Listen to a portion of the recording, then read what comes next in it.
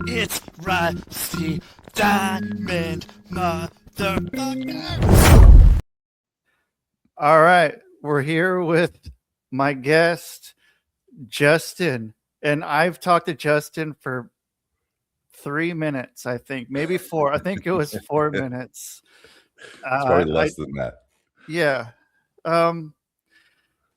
It's kind of a nice way.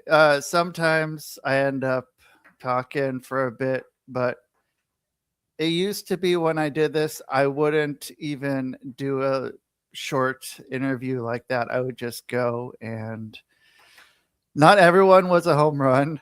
And sometimes it's hard to tell over text. And I bet. believe once that happened enough times, I told myself I need to do a little extra screening here. So it's not 100% hit record and we go. It's slightly less. 99.5%. 99.5. Yeah. So now it's pretty legit. So so I was thinking it was Monday, but today is Friday. Do Fridays mean anything to you, or do Mondays mean anything to you, or what's your life like? They don't anymore since I've retired. So everything just kind of blends together. How do you like that?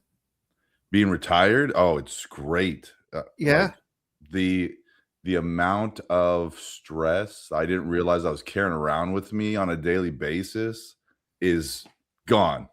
And being your own boss, man, there is nothing that beats that. I'm sure you know that, Rusty. Nothing beats being your own damn boss. A little bit, yeah. And like so did you do that before? Like did you have any because I mean you worked for a long time, and did you have the same job then the whole time? Were you just like, this is what's going on? I mean, I was in law enforcement for 20 years. I worked for a couple different agencies. Yeah. But as far as being my own boss, no, you're always reporting to somebody. Yeah. And so how did you do it? Like, did you go like, is this just fuck it, I'm gonna go and give it my all? Or is it like, hey, I'm gonna kind of be shitty about it because like I don't really want to listen to you? Or it's some combination? I'll say it was a little bit of a combination, because I've been working on my business as a side hustle for the last like 7-8 years. Right. Cool. And so I was Okay. doing that like at the same time, but over the last year or so, I was done.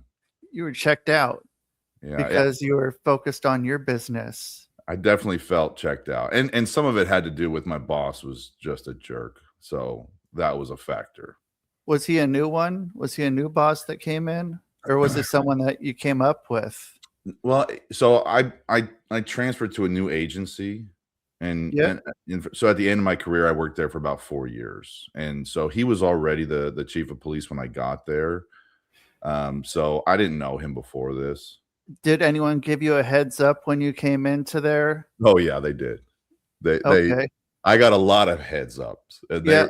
I ignored all of it. And That's so yeah, it didn't turn out well.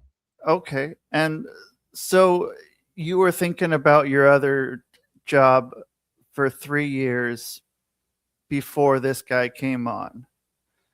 Your side hustle, your new business. Oh yeah, I was working on it on and off for about 7 or 8 years, actually. Okay. And so how did your perspective change once you started working on your side hustle?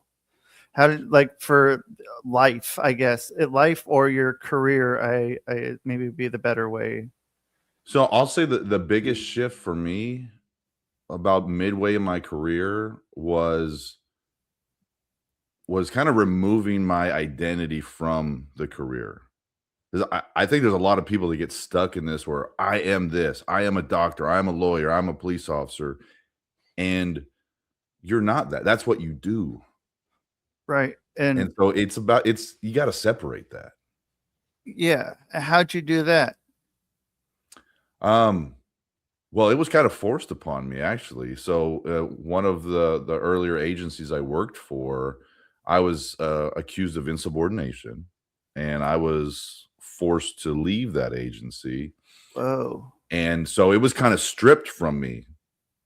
And so during that time of figuring out, like, what am I going to do? This is the only thing I've ever done. This is the only thing I'm ever good at. I had to have that realization. It's like, no, fuck that.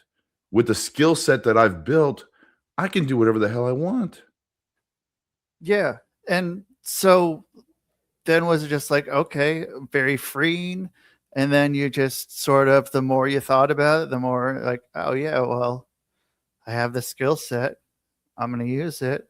Yeah. I don't, insubordination is irrelevant when you're your boss. Yes. You Yeah, I know? can't be insubordinate anymore because I'm the Right. only one I report to. So it's when I talk shit to myself, it's fine. HR Yeah. isn't going to put a complaint on it. Right. Yeah. Yeah. With the HR, it's you're your HR too. You Yeah, can do whatever you want. exactly. It's okay. And so 20 years, is that because I think that's what you do, that and you get retirement. I think I have a cousin in the Air Force. I think that's what he did, and he's my age, and so it was, like, all right, he's retired too. Like, he's younger, but Mm. it's cool. Like, you put in 20 years, that's a lot of fucking work. And so um I don't know. So then you do 20 years, but then you already are detaching yourself from the career Yeah. to just being you. And so, I mean, when you got to being done, the first thing was what that you did, like, as soon as you were done. I got to work. I sat there for a minute and I was telling my wife about this too. I didn't realize how much stress I was carrying every day. Like, I knew I was stressed. I knew the job, creates stress, and honestly, the internal dynamics were creating more stress than anything else. And I think that's pretty prevalent in law enforcement, but a lot of people don't talk about that aspect. But I sat there and it was like this huge weight got lifted. And then I'm like, all right, now what the fuck do I do? I'm like, let's get to work. And so Yeah. like it was I just turned into 100% hustle mode. Okay, right off the bat, and because that's what you had been wanting to do. Yeah.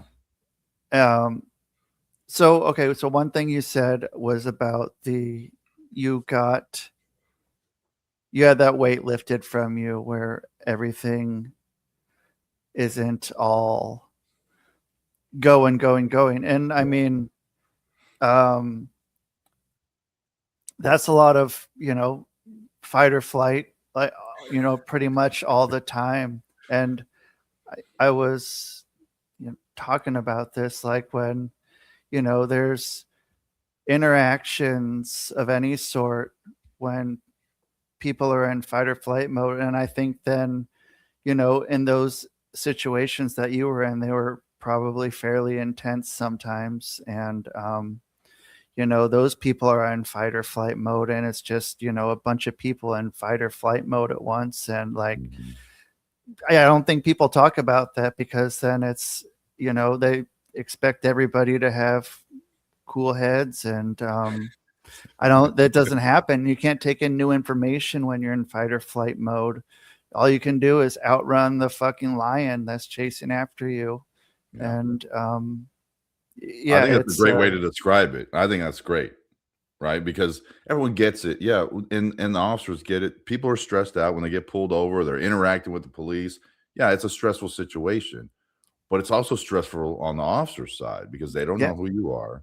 They don't know right. if you're armed. They don't know if you have any warrants, if you're wanting to hurt them, if you're going to try to escape.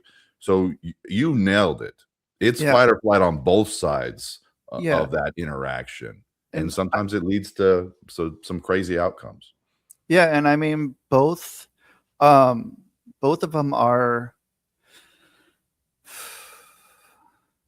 like, they both heard so many stories, or maybe seen firsthand experience of these things happening, and so that's all in their subconscious, both Mhm. sides. And yeah, it's just, what do you know, there's, I don't know what a solution is to any of that. It's just kind of information that I've gathered, but it's um yeah, it doesn't really get talked about as far as I've seen. But yeah, I mean, so you feel your shoulders drop and everything sort of relaxes when you're done. Was it, I mean, was that instantaneous, or did it kind It of? was. It Okay. was pretty instantaneous. Like, once I was no longer having to put a uniform on and come to work, I was like, "Oh, I feel lighter.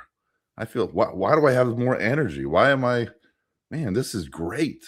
Yeah. It was pretty instantaneous once I was out.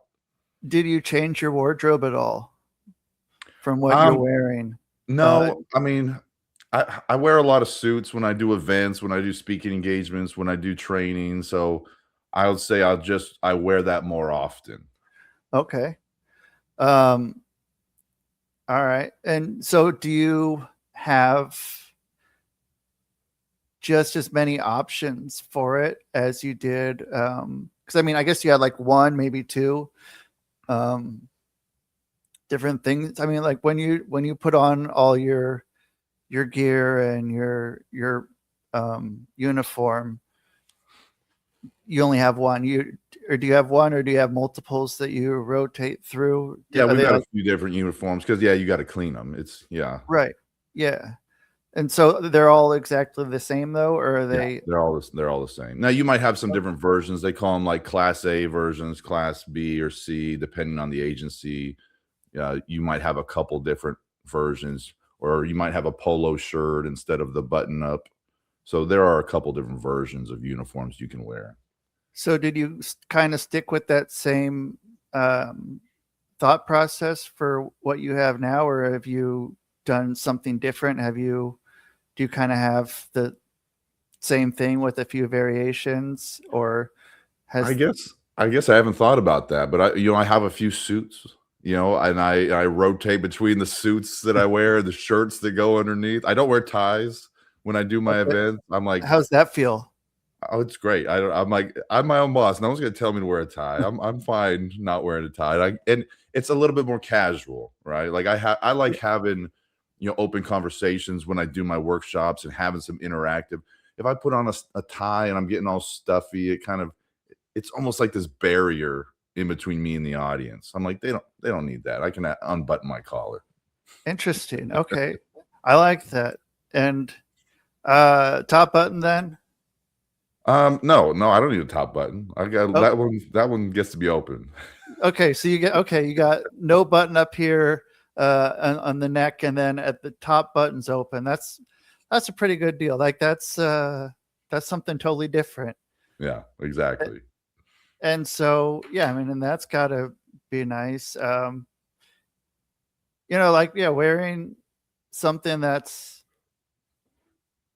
I don't, yeah, I mean, what you're wearing too kind of means a lot too. Mm. Um, because then, yeah, I mean, you don't have to put on, you have a lot less stuff you have to put on, and you get to walk around without a lot less stuff. How is that on? I mean, you're not carrying a bunch of stuff, but like, I mean, you get to carry less stuff. Is that noticeable? Like, Yeah, I mean, I'm not loading up. I don't have a big giant belt with all of these tools on it. I'm not having to wear body armor and have to worry about the heat. So yeah. yeah, it's I feel a lot lighter mentally and physically walking around on a regular basis. Oh, yeah. Well, okay. So then, so what got you doing the the switch? Like, what was the whole switch when you were getting to, let's see, getting to the spot of, this is the first things I need to do when I'm starting up the new part of what I want to be doing. Whether that was the spot where you started working on your side hustle, or that was some other spot in your life. Got it. Yeah, I think it goes back to that insubordination incident, because that was a huge shift for me personally. Like when I came back into the profession, because I went back and worked for another agency, I came back into policing in like a whole different mindset, and I started doing a lot of personal work, some self development, and so doing that really spun into, okay, I like this aspect of learning this. I need to share this with everybody else, because not everybody else has this information. And so I started doing coaching. Training has always been part of my career. That was always something I was interested in. I taught a lot of different classes, from leadership to defensive tactics, all in between. And Wow. so it really just kind of spun up into, how can I share this with everyone? And so that's still what I'm doing now. I teach a lot of training classes on either leadership or interview techniques, and come in and speak about communication. And some of it was out of frustration, man. Yeah. Frustration from everything you're experiencing, or frustration from one specific. I'd say it was cumulative. Seeing horrible leadership throughout my career, and thinking like, how is this okay? How is this functional? And how do we think that people underneath of these managers are going to be productive when you're being a jerk, or you're selfish, you don't know how to communicate? And I think that's what led me to write my book. It's called How to Get to the Damn Point. It was Okay. it was pure frustration. Like Yeah. sitting in meetings that are 5 to 7 hours long and going, what are we talking about? Nothing. Right. That's so you're able to streamline your work, Yes. and in a way, so you streamlined what you're doing, and I feel that's something uh, I I like to do too. And sometimes those people don't like that. They don't they don't like that. They have their certain way they do it, and like, Yeah. so I used to work um, as a rural male mailman, and like every once a year they would do a thing where they would time how long everything takes, and then everything was based off of that Hmm. thing, and if you finish early you get paid a higher rate, and then that's kind of what it is. And so like that's like the average, that's what your pay is going to be. And so everyone that day is like, go make sure you do it really really slow, and just so.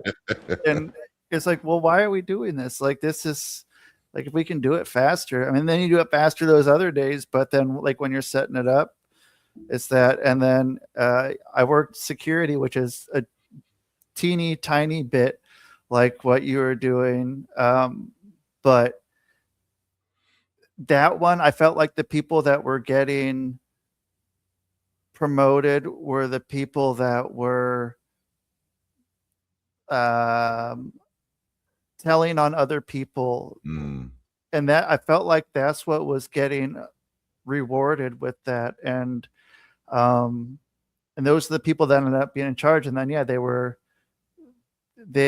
weren't competent in what they were doing. And so I don't know if that was anything like what you were seeing, or if that was like There might be what some was of that. It's okay. a weird thing to think about how promotions happen. And it's not just law enforcement, right? It's all companies that have issues with this, because you can fool the people above you, but you can't fool the people below you, and even next to you, right? And Yeah. so I think there's a failure in how we do promotions, because why aren't we interviewing their coworkers? Why aren't we interviewing their direct reports and going, how are they? How are they as a first line supervisor before we promote them to a higher level? We have them come in and see how good their bullshit is, and go, yeah, that was pretty good bullshit. Yeah, well, you deserve a promotion. And it's like, Yeah. Why is that the level? That's good. That's a good point. Because then, I mean, even having someone that was like, even just, yeah, having all the coworkers vote on who should be the promoted, because I mean, yeah, that's a much better idea. I don't know why people aren't doing that. So if you're listening, go do that. If you're hiring people, like, that's a much better idea. I love that. Um, so you're teaching that now as part of what you, or are Well, you telling people to do that? that's not one of the areas I focus on. I'll Okay. mention it, but what I really focus on is the leadership skills.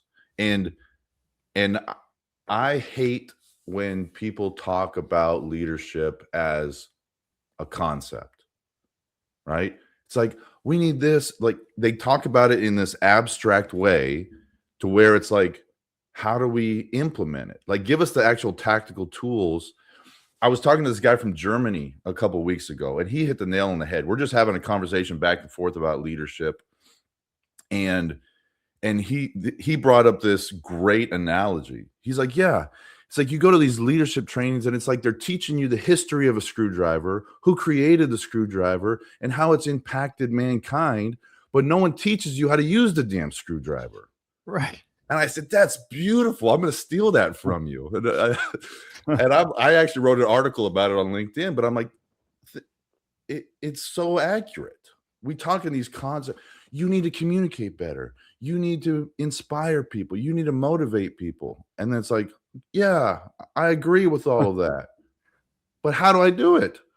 Right. And yeah, then you have that 7-hour meeting about it. And then, yeah, you're walking away with nothing. And I mean, so you weren't always leading these, or did they make you lead these 7-hour ones, and you would just, tell them, hey, okay, we're going to do this an hour, and then the rest of the time we're going to, talk about,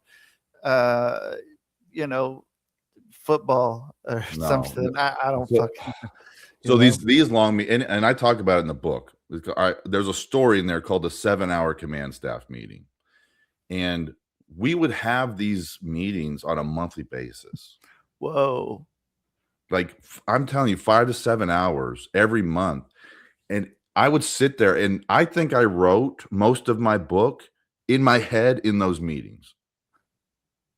Oh, just okay, that's watching great. the nonsense happen. Yeah. Were you taking notes or anything, or is it just No, all it was all up here, Rusty. So how's that work out for you then? So like when you're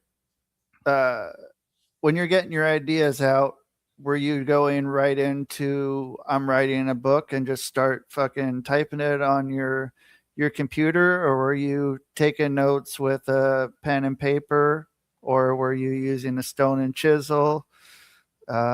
Whatever. Voice notes. Well, it was kind of interesting because I've had a couple different book ideas in my head, and I actually imagined that this book would be like number 3 that would come out. Okay. But there was a moment that really was the catalyst, and it's the reason I dedicated the book to my daughter. And so we were driving in my truck, and I think we were coming from dinner, and my then boss called me, and I just put it on speakerphone in the truck. And he's rambling on about whatever, like 20, 25 minutes of just nonsense. And my daughter's looking at me all weird. She's trying to tell me something. And I'm like, well, just hang on a minute. So he's finally done talking, and the phone call's over with. And I asked my daughter, what were you trying to tell me? She's like, Dad, that was the most inefficient conversation I've ever heard. Oh, when shit. are you going to quit? And I said, I'm working on it. Whoa. Okay. And how old was your daughter then? 14. Cool. Pretty intuitive. Yes. Oh, she is. I teach her all of these skills. I teach her all these communication skills, how to read people, how to pick up on deception, all of these things I pass on to her, knowing her future boyfriends won't stand a chance. Right. Good way to do it. That's a lot easier than standing out front of on the stoop with a shotgun.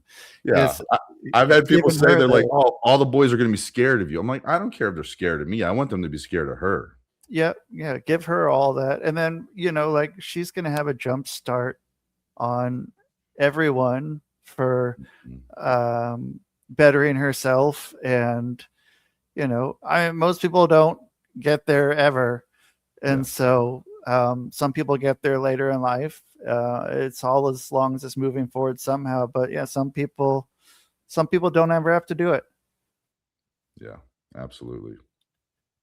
Okay. And so uh I've thought about having this as a job title, but I'll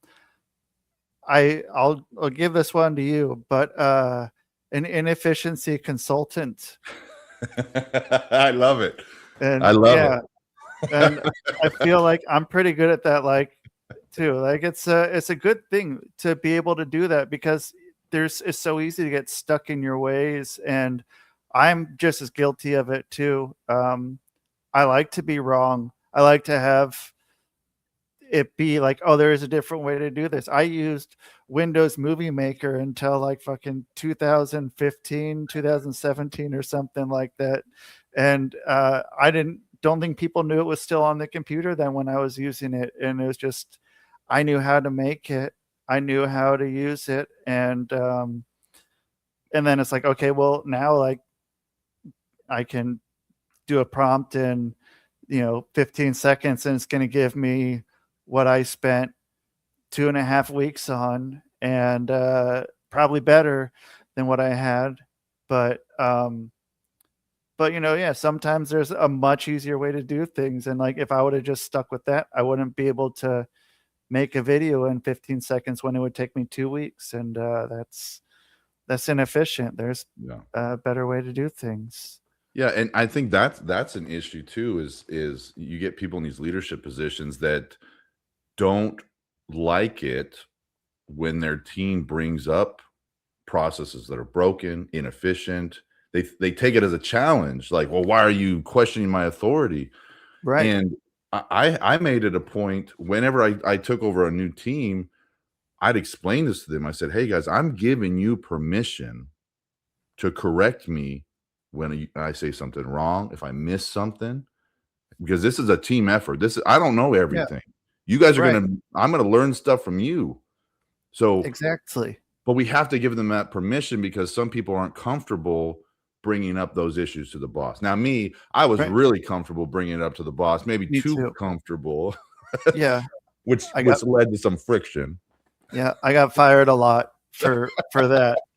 Uh, Totally, I got fired. I don't know how many times for those, but I mean, most of the time it was minimum wage or near minimum wage jobs, so I could just always go get another one, and so it didn't really matter. But I mean, yeah, it's hard. Like it's like, no, this is how we do it. Well, I mean, I could do this so much better. I could do this in half the time and go outside and chain smoke cigarettes for 2.5 hours, and then come back in and we'll be in the same place. And um, but yeah, I mean it's hard. And I mean it was the same thing with the delivering mail. Like I could have done that so fast. I could do it really fast, but then it's just like it doesn't make sense to. It's when you're getting paid for it, but then when you're your own boss, then it's all Speed is about the thing. efficiency. Yeah, Yeah, it's all it about doesn't speed. matter. Yeah, when you're getting that fucking paycheck and it's guaranteed, then like, okay, well, let's do it slow. But when it's your own game here, then it's a bit different. I have trouble with that still when I run out of things to do for the day. I'm like looking around my desk going, "Wait, there's something else I can do. What is it?" And I'm like, "I guess I should eat. I don't know. What else am I gonna Yeah, like?" I there are days I run out of stuff and it feels weird because I'm always used to putting out fires and having new things that I have to accomplish or tasks that are taking weeks and months that need to be worked on. And so being your own boss and you're done for the day at 1 o'clock in the afternoon, you're like, I guess I'm done. yeah. Um, Yeah. So there was a book. I think it's called the 4 Hour Work Week or Mm, something of that. yeah. Uh, you're familiar with that one Yes. then? Okay. Yeah. Like it makes sense. It makes sense. Like it's so much easier. And like when COVID hit, I just saw all these places shutting down, all Mm. these big corporate buildings and stuff. And then I'm like, they're not going to go back. I was out driving around because I was right near Iowa, so Iowa didn't matter at all. And so just drove around. People weren't, it was business as usual. And yeah, it was pretty interesting that they came back, because like there was so much with that world, but like that's never been anything that I've ever wanted to go into, was going into the corporate world with the bosses. I'm 17 or so when Office Space came out, and I was like, It ruined you forever. yeah. And then I ended up becoming a hypnotist, and it was because I was like, no, I can't do that. I like that was something that would be so hard. And I ended up working sort of an office job at one point, and it was all right. Like half the time I was like driving this guy around, this guy and his wife, and then if there was nothing to do, I'd hang out in the office and I was scanning stuff into a machine and then throwing stuff out. And I'm like, okay, this isn't bad. Like I could do this really slow if I wanted to, and I can put on headphones and just, you know, think about something else. But, even in those times, like if I'm doing something I'm have something else going on in my head, and it always seems like, thinking about work a lot more than 40 hours a week. Yeah. Yeah, and I never really thought that, policing had that aspect to it, because most of the time, if you're on patrol, you're in a car driving around by yourself, or if you're a detective, you're in your little office, but you're out all the time. It wasn't till like the end of my career when I promoted high enough to where now I was just sitting behind a desk all day, and that Well, that ate at me.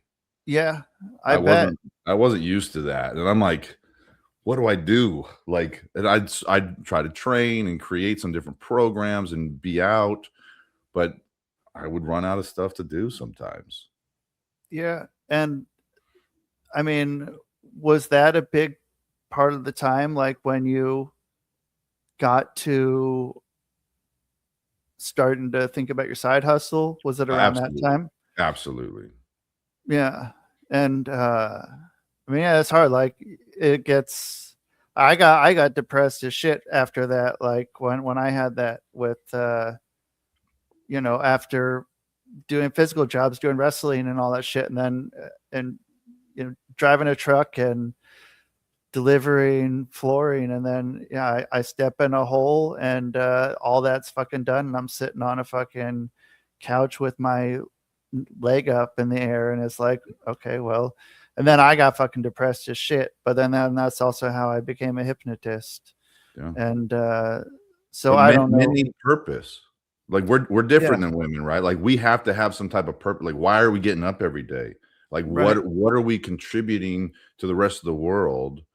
And if we're not, that's when we slip into that depression. It's like, well, what am I gonna do here? That's why you see a lot of men when they retire, they die within 6 to 8 months.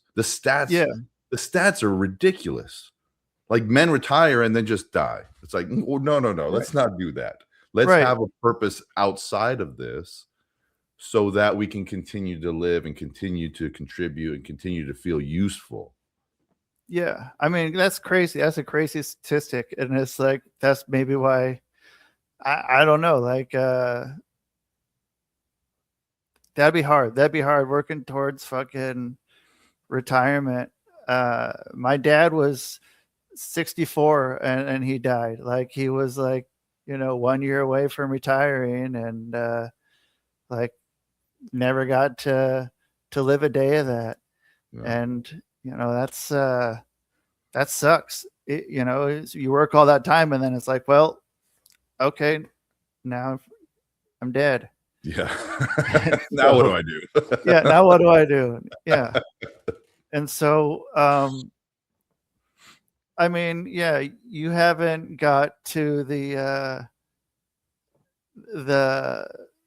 just going on cruises all your retirement yet, have you? Or My you're wife working on has them? already booked a cruise for April, so we're going in a couple months because she saw me booking out my calendar, and she's like, "I'm going to carve out a time where you're not allowed to work." And I said, "Yes, dear. Okay. Well, you tell me You where we're going, and let's go." Where are you going? We're going. The cruise goes out of San Juan, and we're going to like the British Virgin Isles. Cool. So it's like a 7-day cruise bouncing around to like Aruba, Curacao, and some other islands I can't pronounce. Whoa. Okay. And what time of the year is that you're going? April. We're going to do that in April. Cool. All right. That's going to be beautiful. Yeah. So And is that my retirement cruise? Is that what that is? yeah, I mean, yeah, you got to have those. Have you been on a cruise before? Yeah, we've been on a couple cruises together. We love it because it's like a floating hotel, man. It's Yep. like we went on one. This one was our favorite. It started in Greece, so it started in Athens, Awesome. Greece, and it was a 7-day one-way cruise that ended in Italy. And so like we just Uh, stopped in like 4 or 5 different countries on on the Mediterranean? way. Oh yeah, all the way through the Mediterranean. Like we went to Shit.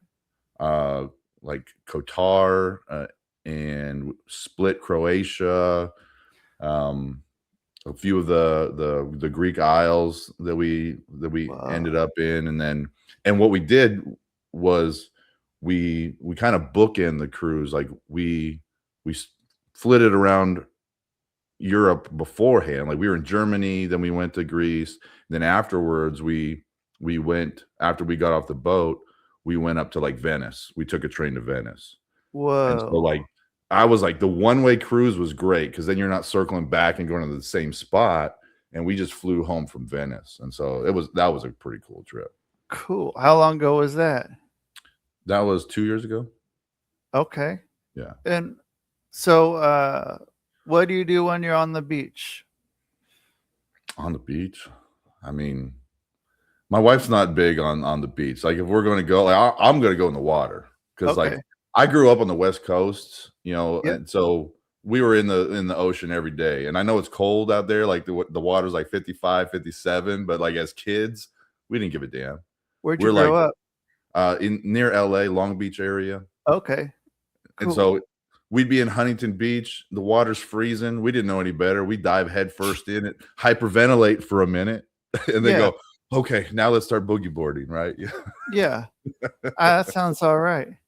And so then what do you do when you're at the port towns then? A lot of exploring, a lot of walking. Yeah, when we on that last trip we did, I think we were walking 4 or 5 miles a day, 6 miles a day, like just walking, exploring, um, eating good food, finding something good to drink. You always got to find like the local stuff, right? Yeah. Like Are you you don't want the touristy stuff. Yeah, are you going on the tours when you're on those, or are you going on your own? Or is it certain ones that Yeah, like we pick and choose. We're kind of choosy on it. okay. The when we were in Europe, we didn't do any excursions because we were like, hey, these are new countries. We're going to explore it by ourselves and just kind of at our own pace. Because man, some of those excursions, they're kind of slower pace. They're for the older folks. Yeah. It's like, hey, we can get around pretty quick. So we're okay. Right. Let's speed this process up a little bit. Yeah. We do Somebody have a couple ones picked out for the Virgin Isles just because it's like boats taking you to these like secluded locations and stuff that we can't cool. manage ourselves Yeah. without renting a boat. But I think it's going to be good. So we pick and Yeah. choose the excursions. Okay. And so do you have like a direct flight then out there to Yeah, yeah, awesome. yeah, direct flight. That's easy. Yeah, You hop on one plane and yeah. you're there and then okay. And so you fly into Puerto Rico, you said? Yeah, San Juan. Have you been there before? I haven't. My wife just got back from a trip there. She was in San Juan in the Dominican Republic. So she was Oh, scoping out the airport. She's like, okay, it's pretty good airport. Like we'll be able to get around pretty good. So I was like, all right, great. yeah. Holy shit. Okay. Um, yeah, I mean airports are you got to know which airport you're going into. Hmm. Um, yeah, I'm going into Manila here soon, and Manila Okay. apparently is the worst one to Is it really? fly into. The first or the second worst airport to go. I guess it's worse going out. So hopefully, I when I go out of somewhere else. But I figure I can fly in. It's like 10 o'clock at night. Uh, but um, yeah, it's I don't know. Airports are interesting. It's an interesting place to be. Hmm. And so when you go to the airport, are you getting there early and hanging out, or are you Oh yeah. like I can make it in 5 minutes Oh through there? no, we get there early because there's there's always something going on, and the different airports, like you said, like trying to get around Atlanta. Yeah. Atlanta's Oh, massive. yeah. It's efficient, but it's like, holy crap, you gotta walk a freaking mile to get to your gate, and Yeah. so if you got a connecting flight, it's like, you better hustle. I had to Well, run through Atlanta airport once, and I was like, "Hey, I'm just gonna run in a straight line, yeah. and everybody's just gonna get out of my way."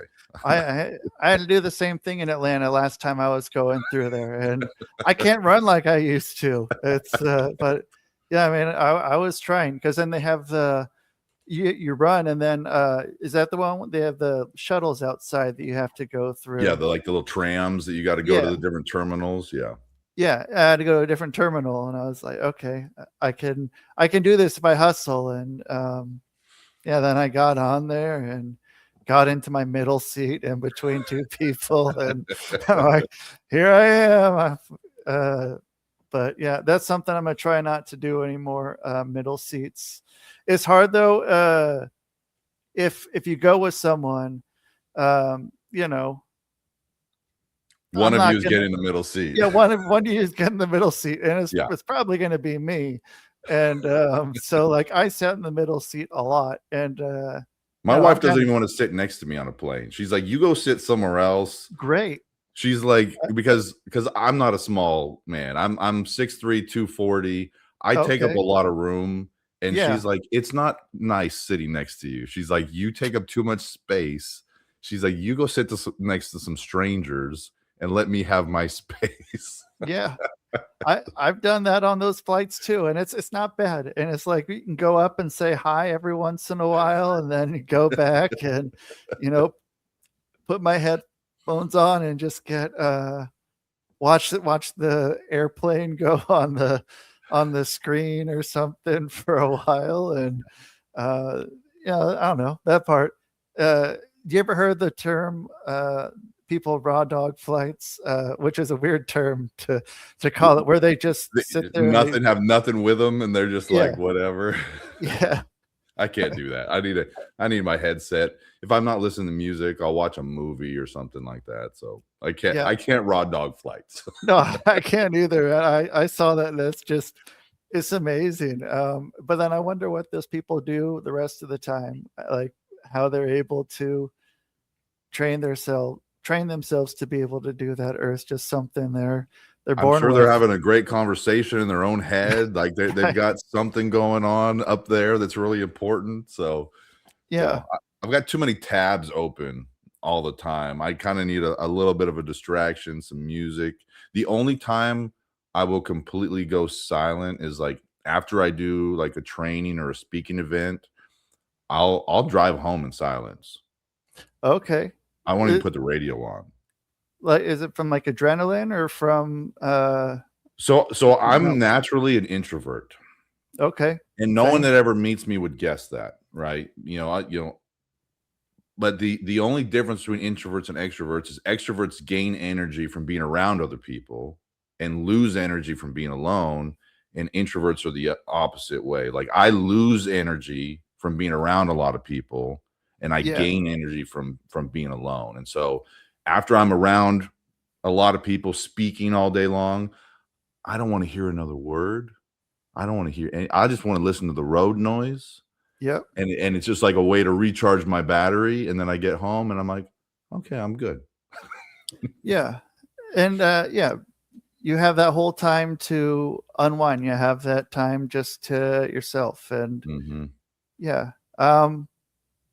So I don't know. Maybe if you have like some 3 or 4 day uh thing, then you could go and then you Raw could dog a raw dog flight. that flight and just Yeah, maybe if I just got done speaking and have to hop on yeah, the plane, and I'll just sit there staring at the back of the head in front of me, just recharging my battery. yeah. Yeah, I don't know if the airplane's the right place to do it, but I mean, if you put on some noise canceling headphones that have nothing in it, and then a blindfold, you could do that. Some white noise and just kind of completely tune out. Yeah, Yeah. I'll report back and see how that goes. I got a Okay. lot of trips coming up this year. Perfect. Where else are you headed? I'll be training in Florida, Missouri, Kansas, Washington State, Tennessee, New Hampshire, all over Texas, Colorado. I feel like I'm missing some, but yeah, I think I have about 32 different events for the rest of 2026 so far. Whoa. Okay.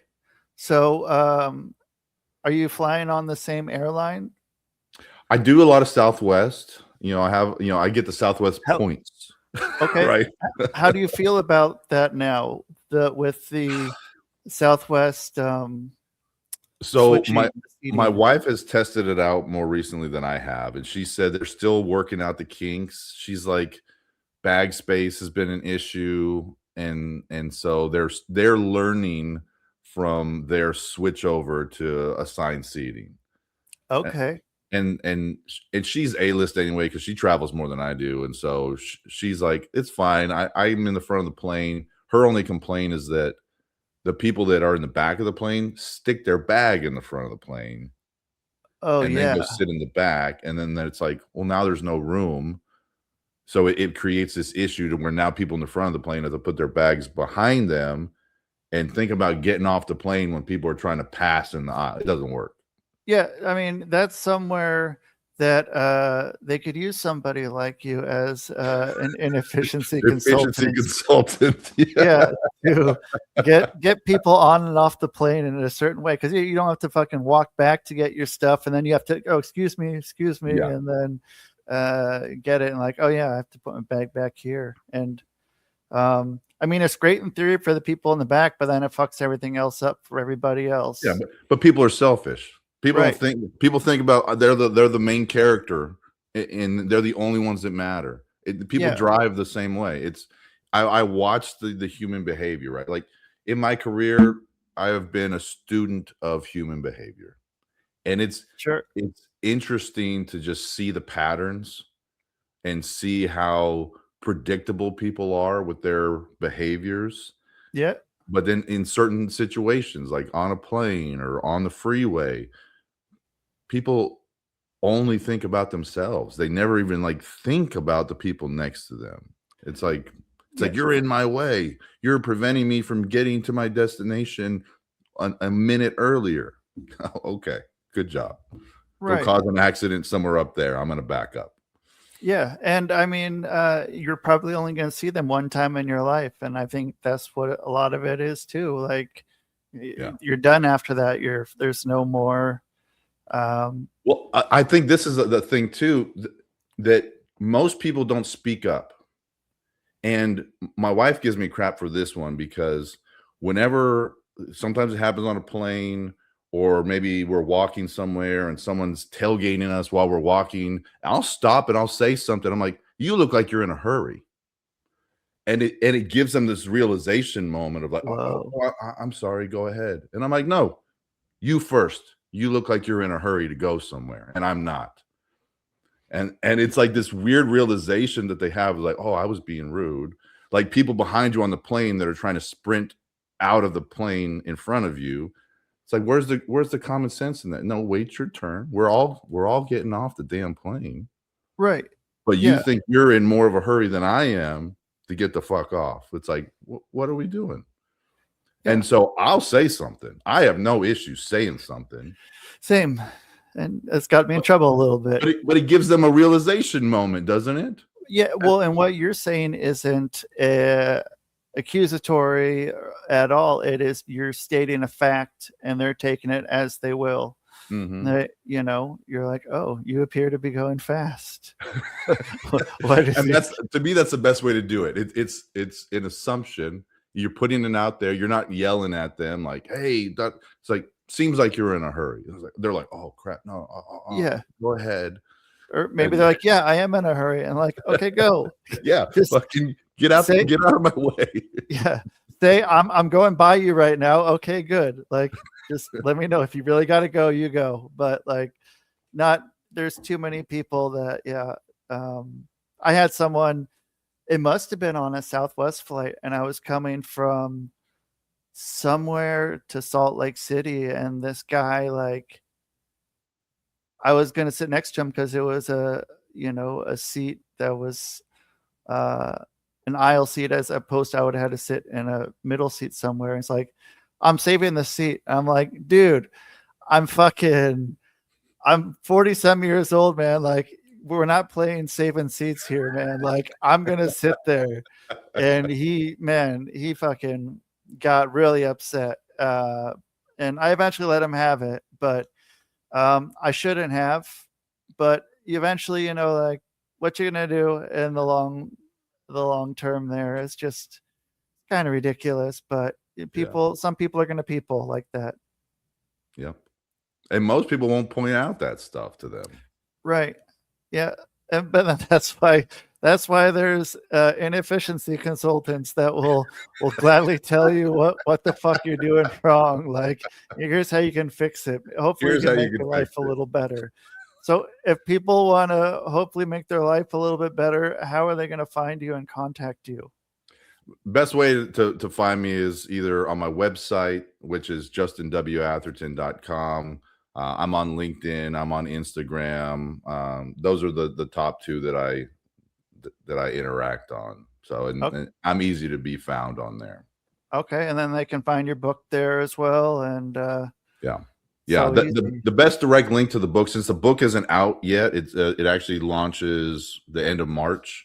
So cool. It's justinwatherton.com/thepoint. Okay, congratulations on that too.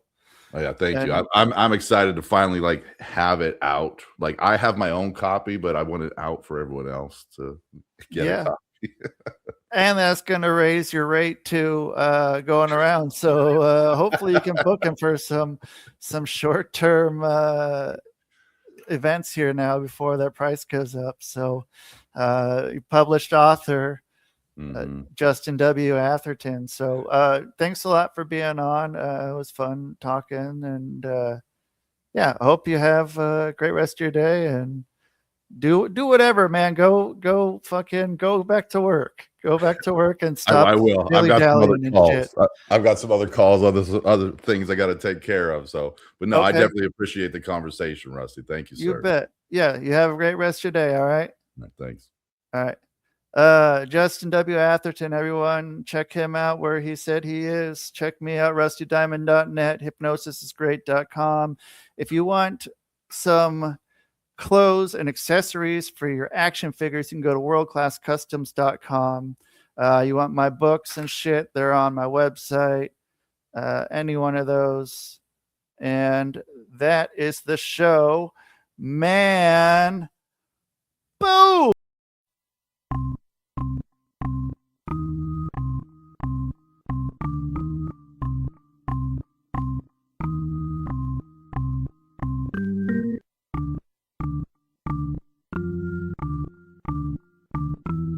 It's Rusty Diamond, motherfucker.